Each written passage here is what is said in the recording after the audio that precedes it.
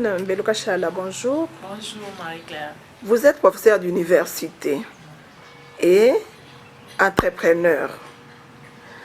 D'où vous est venue l'idée de l'entrepreneuriat? Merci beaucoup Marie-Claire.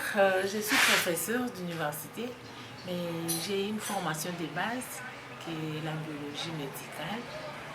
Et en même temps, j'ai dit dans le parcours faire une spécialisation en économie. Alors, tout ce que j'ai vu par rapport à la rentabilité, par rapport à la promotion dans la société, je me suis dit, il faut aussi se mettre sur le marché comme entrepreneur. Et ce qui m'a poussé à combiner l'enseignement et l'entrepreneuriat. Et dans l'entrepreneuriat, qu'est-ce que vous faites réellement? Pour le moment, j'ai deux aspects que je suis en train d'aborder. Nous avons l'aspect de la transformation des savons, mais il y a aussi l'aspect d'exploitation de la terre. Et j'essaie un peu de combiner ça. Vous m'avez posé une bonne question au début pour dire d'où est venue cette idée. L'idée m'est venue de ce que j'ai vu aussi ailleurs. Moi, ma thèse, j'ai fait ça en Espagne. Et avant de commencer la thèse, j'ai fait une expérience. J'ai fait un master de santé publique, mais l'aspect santé publique européen. Alors, ce que j'ai vu dans le cours d'économie qu'on avait en santé publique, on n'a pas eu un professeur qui venait nous parler des cours théoriques. On a eu que des entrepreneurs. Les premiers entrepreneurs, c'était Mondragon, qui donnait son expérience en nous montrant comment il est parti d'une école professionnelle jusqu'à aujourd'hui avoir 43 caisses d'épargne, avoir 148 coopératives et avoir plus de 20 banques au niveau national et international.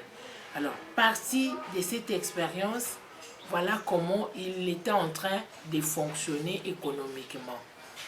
Il montrait comment ce qu'il faisait, lui, avait de l'impact dans la société, de la promotion de leur région.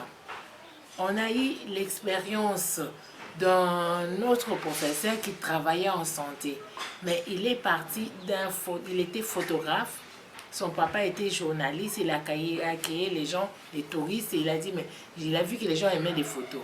Des photographes, il est aujourd'hui responsable de plus de 43 hôtels en Espagne et partout en Europe. Alors, il était en train d'élaborer un projet sur comment faire d'une chambre d'hôtel une chambre pour un malade. Et tout ça, les expériences de ces entrepreneurs-là m'ont motivé. Et j'ai dit, mais moi aussi chez nous, je peux commencer comme ces gens par une expérience de transformation. Par exemple, aussi, je prends un exemple des savons pour faire de ça une expérience d'entrepreneuriat qui peut un jour aller jusqu'à dans la promotion sociale, la promotion de la société. C'est ça, c'est comme ça que je me suis retrouvée dans l'entrepreneuriat. Et comment vous avez débuté? Quels sont les débuts? Le début était un peu difficile. J'ai commencé par la conception de l'idée. J'ai raisonné quand moi j'étais en train d'apprendre le cours de chimie et de biochimie et que je n'ai jamais fabriqué les savons, mais j'ai eu la formule des savons théoriques. Je me suis dit, il y a des écoles ici qui fabriquent, qui enseignent la chimie et j'ai commencé par repérer les écoles. Je suis allée à l'école du Bouddha-Bakana et avec l'abbé Christian que j'ai salué et que je respecte beaucoup parce que c'était la première personne qui m'a accueilli et qui a accepté que je puisse faire cette expérience avec les élèves. J'ai pris les élèves de chimie industrielle. On a réfléchi avec ces élèves de 5e, 6e, 4e et 3e. Je dis, moi je vois que vous êtes des génies parce que vous faites la chimie industrielle. Alors l'industrie manuelle aussi est possible. Est-ce qu'on peut faire une expérience avec les savons? On a recommencé théoriquement cette formule, on a parlé avec eux et on a fait les premières expériences de fabriquer un savon en suivant la formule des classiques, comme on dit. De deux, j'ai dit au lycée, moi j'ai dit, il y a la nutrition, et il y a aussi la biochimie. Pourquoi pas prendre aussi ces étudiants, ces élèves-là qui ont la chimie, quitter le lycée, moi j'ai dit, c'était l'Institut Sainte-Thérèse et les collèges Saint-Jean-Baptiste.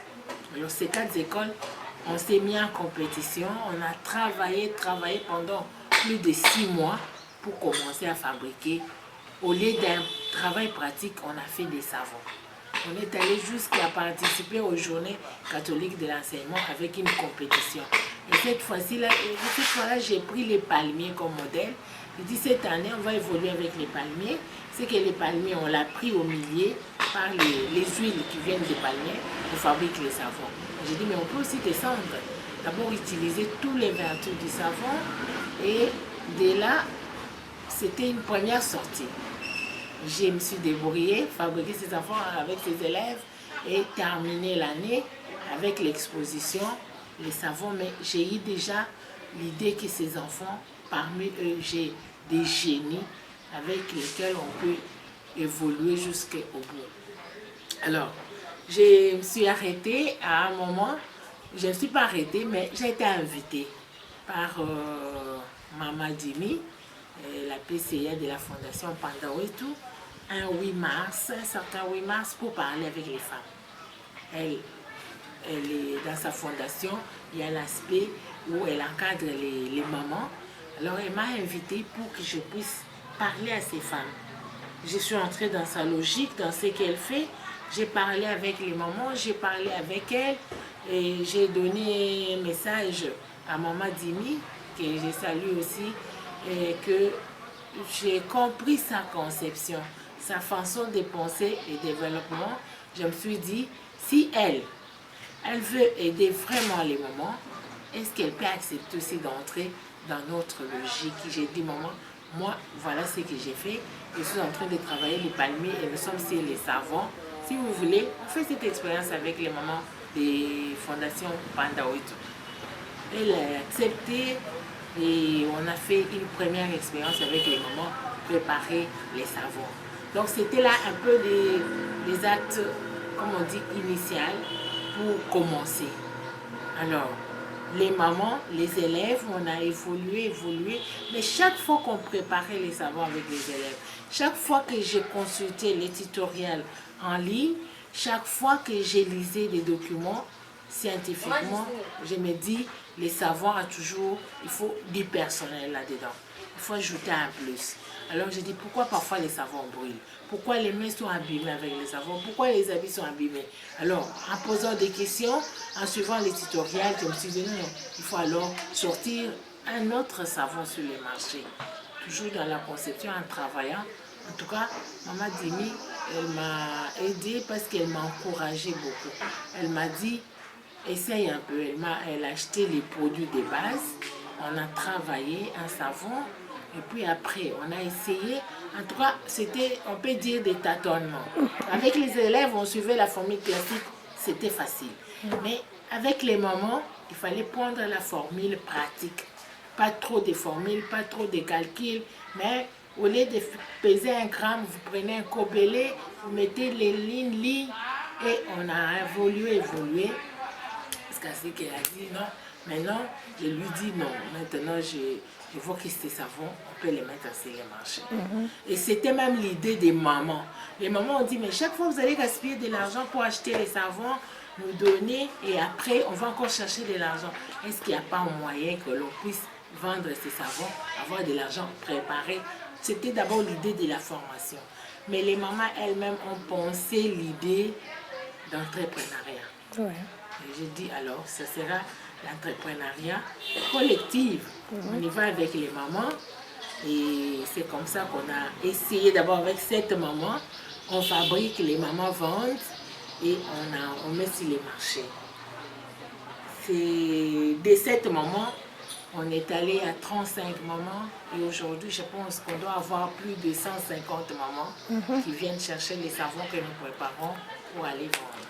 Et comment vous arrivez à préparer? Quelles sont les étapes?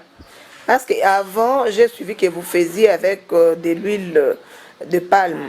Et présentement, vous êtes passé de l'huile de palme à l'huile palmiste. Et comment vous arrivez à trouver l'huile palmiste? Oui, c'est comme je dis, en travaillant, on a l'expérience, mais on a aussi l'intuition qui nous arrive. Cette intuition, j'ai commencé par les savons avec l'huile de palme, l'huile rouge. Alors, l'huile de palme, la qualité des savons qu'on avait, j'ai dit non, je vais quand même chercher aussi l'expérience des mamans qui préparent les savons. Je suis allée à Kalenda Bay, donc de passer mon étude. Je vais à Kalenda pour enseigner. J'avais bien dit, je suis professeur. Ouais. Je vais à Kalenda pour enseigner, mais j'ouvre aussi les yeux, j'observe. Je vois les mamans qui préparent les savons. Je leur ai dit, bon maman, moi aussi j'essaie de préparer les savons. Est-ce qu'on peut préparer ensemble? Moi je prépare d'abord ce que je connais et vous allez aussi me montrer ce que vous connaissez. Elles m'ont montré, moi j'ai montré, elles m'ont expliqué ce qu'elles font. J'ai dit non maman, là ça ne va pas. Regarde ces savons, fais brûler les mains. J'ai dit montrez-moi vos mains, les mains étaient noires. J'ai dit maman, vous continuez comme ça, c'est un cancer dans les mains.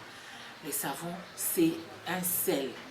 Vous prenez la soude, vous prenez l'huile, vous mettez ensemble, vous avez un sel qui ne brûle pas. Alors, pour que ça ne brûle pas, il faut que ça soit vraiment bien calculé, la quantité de soude et la quantité d'huile. On permet de se tromper en ajoutant plus d'huile que d'ajouter plus de soude. Parce que vous mettez plus de douce, vous brûlez la personne et demain c'est un cancer qui arrive. Alors, parce que moi je ne le fais pas comme ça, j'ai toujours allé me documenter, chercher les tutoriels, les meilleures maisons de savons, leur expérience, leur historique. Et j'ai dit, maman, et si on faisait comme ça? J'ai essayé un peu de voir, de travailler avec elle. Et après, j'ai vu même qu'il y avait un savon préparé localement qu'ils appellent les savons Chibombo. C'est liquide. Ils les préparent avec la potasse naturelle, ce qu'on appelle les binjilimba. Ils préparent ça, ce savon reste liquide. Alors ça m'a tiqué. J'ai dit, ah, alors c'est que je peux préparer les savons liquides, c'est que je peux préparer les savons avec l'huile d'olive. Et là, j'ai dit, il ne faut pas que je prépare l'amélioration et l'amélioration de la qualité. Et mon objectif en ce temps-là, c'était d'abord de maîtriser un bon savon. Alors, on est avancé, je suis allée enseigner à Kananga. Alors, je tombe sur l'huile palmiste en grande quantité. J'achète. Tout ce que j'ai eu comme argent à ce moment-là, j'ai mis dans l'huile. J'ai acheté l'huile, j'ai pris les risques de mettre sur les camions. C'est arrivé à mon chemin. J'ai commencé aussi à essayer, toujours avec les élèves, les couples de mamans qui avaient accepté. On essaye d'évoluer, mais toujours à pas de tâtons parce qu'on n'avait pas encore vraiment fixé. À un certain moment, on a maîtrisé ces savons avec l'huile de palme, mais qu'on mettait dans les gobelets comme moule. Et là, on a dit non, on fait notre savon, les premiers savons qu'on a nommés Pandawetu, parce que pour vraiment honorer la Maman Dimi, la PCA de la fondation, on dit bon, on met les savons Pandawetu parce que c'est la fondation Pandawetu.